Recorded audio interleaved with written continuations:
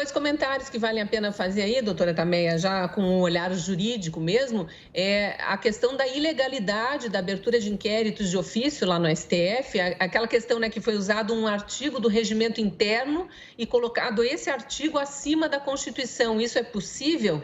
E se não é possível, quais seriam as possíveis saídas para o Brasil, né? Porque quem vai questionar o juiz, né? E a outra questão é essa do TSE agindo como censor. Obrigada pela pergunta, Cristina. Então, de fato, o inquérito das fake news o inquérito, na minha opinião, eu sempre falo que eu não falo em nome do Ministério Público Federal, né? Eu não falo em nome da instituição, mas falo como professora de processo penal, e a minha especialidade é essa, investigação, prisão, enfim. Então, no meu entendimento, o inquérito das fake news é, sim, um inquérito ilegal e é um inquérito inconstitucional, porque juiz não pode investigar. Juiz não pode abrir investigações de ofício. O que é de ofício? Sem que haja um pedido do Ministério Público e sem que haja um pedido da polícia. Então, no Brasil, o juiz não investiga. Nós temos o sistema acusatório, que é o sistema que rege o processo penal, e nesse sentido que não pode investigar. Então, essa é a primeira premissa. Então, de fato, quando foi instaurado esse inquérito das fake news, eu sempre digo que tem em torno de 9 irregularidades, né? A primeira irregularidade é a forma como foi aberto esse inquérito. Como você falou, o ministro Dias Toffoli, então presidente da Corte, ele invocou o artigo 43 do regimento interno do STF. E esse regimento, que não é uma lei, não foi aprovado pelo parlamento, é um regimento feito pelo próprio STF, autorizaria a abertura de uma investigação pelo próprio STF. Já está inconstitucional esse regimento interno, ele não poderia ser aplicado porque ele briga com a Constituição e ele briga também com o Código de Processo Penal. Mas, ainda que pudesse ser feita essa abertura de inquérito, o próprio artigo 43 diz que essa abertura só poderia ser feita em 2 casos. Primeiro caso, quando o crime ocorresse nas dependências do Supremo. E não foi o que aconteceu. Os eventuais atos de calúnia, injúria, difamação ocorreram pela internet, pela rede social, pelas redes sociais, então não foi dentro do STF. Esse artigo poderia ser invocado se acontecesse, por exemplo, uma injúria dentro da corte, se um advogado injuriasse o ministro do STF, ou uma eventual agressão física dentro do tribunal, nas dependências do STF. Então, isso já está descartado que isso não aconteceu dentro do STF. O segundo ponto que o próprio regimento interno diz, ele diz o seguinte, que só poderia instaurar esse inquérito se a pessoa a ser investigada tem foro privilegiado perante o STF.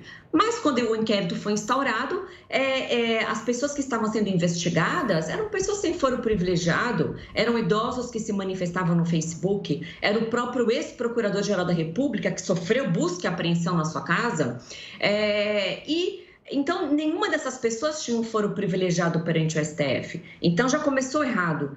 Segunda questão, se os ministros eram as supostas vítimas, não é porque eles são vítimas que a competência vai ser do Supremo. O Supremo não vai julgar pessoas que cometeram crimes contra ministros do Supremo. O Supremo julga pessoas que têm foro privilegiado no Supremo. Deputados federais, senadores, ministros de Estado, presidente e vice-presidente da República, dentre outros. Então, outra irregularidade, né? Se algum dos ministros se sentiu injuriado, ofendido, difamado, ele pode adotar as providências cabíveis. Quais seriam essas providências? Solicitar a abertura de uma investigação perante a primeira instância, pedir para o Ministério Público da primeira instância abrir uma investigação e, eventualmente, processar por danos morais esses eventuais autores de crimes, né? E no meio dessa investigação, que é completamente legal, é inconstitucional, não sou só eu que penso dessa forma, inúmeros juristas, todos os meus colegas do Ministério Público, não conheço um membro do Ministério Público que concorde com esse inquérito. E, além disso, uma outra irregularidade praticada foi a censura. Acho que vocês se recordam que o ministro Alexandre de Moraes, como relator dessa investigação, além de ser vítima, ele é investigador e será julgador. Não pode a mesma autoridade pública exercer 3 funções distintas. Também estaria errado isso. Ele censurou a revista Cruzoé e o portal Antagonista, porque havia sido divulgada uma matéria chamada O Amigo do Meu Pai, só para refrescar a memória de quem está assistindo a gente ouvindo na rádio. Era uma matéria onde a Polícia Federal apurou uma troca de e-mails entre o Marcelo Odebrecht e executivos da sua empresa, onde ele perguntava: e aí, vocês já estão em tratativas com o amigo do meu pai?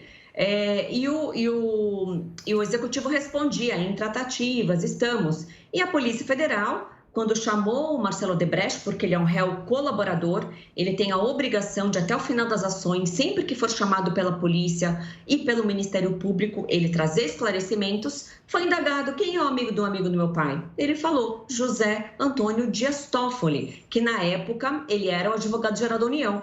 E ele explicou que estava sendo umas tratativas de uma construção, acho que de uma usina, não lembro muito bem, e que teria essas tratativas com, então, o advogado-geral da União. E, diante disso, o ministro Alexandre de Moraes, proferindo um julgamento, ele julgou que aquela notícia era falsa, que era uma fake news. O que ele fez? Ele censurou, ele tirou do ar essas duas matérias. Posteriormente, os veículos demonstraram que não era uma fake news, que existia aquela investigação e que existia aqueles diálogos. E por conta disso, ele revogou a censura, né? Ele revogou essa impossibilidade de divulgação disso e percebeu que não era uma notícia falsa. Então, veja, a mesma autoridade pública, ela é vítima, ela é investigador e ela é julgador e censor. E, além disso, que é um ponto muito importante, que eu sempre insisto nisso, fake news, divulgar notícias falsas, não é crime, não está previsto no Código Penal e nem tipificado em outra legislação penal. Um crime semelhante a um eventual crime de fake news é um crime previsto no Código Eleitoral, que só ocorre essa prática do crime durante a campanha eleitoral, caso um dos candidatos divulgue uma notícia falsa em relação ao seu opositor. Só nessa hipótese. E é uma hipótese bem restrita, que é somente durante o período da propaganda eleitoral. Então, não existe crime de fake news, jamais poderia ser instaurado um inquérito para apurar fake news. Está escrito na portaria de instauração, o que é uma atecnicidade. E tem outras irregularidades também, se quiser eu posso falar também outras irregularidades.